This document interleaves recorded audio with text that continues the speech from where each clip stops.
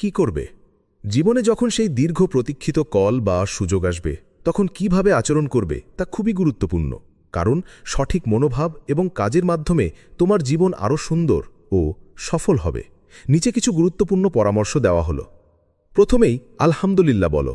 যে কোনো সফলতা বা নতুন সুযোগের শুরুতে আল্লাহর প্রতি কৃতজ্ঞ হওয়া জরুরি। হৃদয় থেকে আলহামদুলিল্লাহ অর্থাৎ সব প্রশংসা আল্লাহর জন্য বলো। এটা তোমার অন্তরে ভালোবাসা ও ভক্তি জাগাবে এবং তোমাকে মনে করিয়ে দেবে তুমি নিজে কিছু না, সব আল্লাহর দান। সিদ্ধান্ত নেওয়ার আগে ইস্তেখারা করো।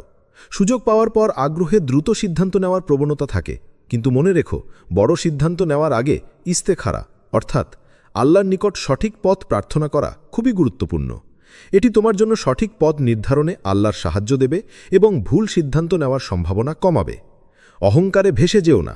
সফলতা বা সুযোগ পেলে অহংকার আর ঘাম চাপা পাওয়া খুবই সহজ, কিন্তু স্মরণ রেখো এই সুযোগ তোমার নিজস্ব কোনো ক্ষমতার ফল নয়, বরং আল্লাহর উপহার। অহংকার তোমার আত্মাকে ক্ষুণ্ণ করে এবং আল্লাহর কাছে প্রিয়তা কমায়। তাই নম্রতা ও কৃতজ্ঞতা বজায় রাখো।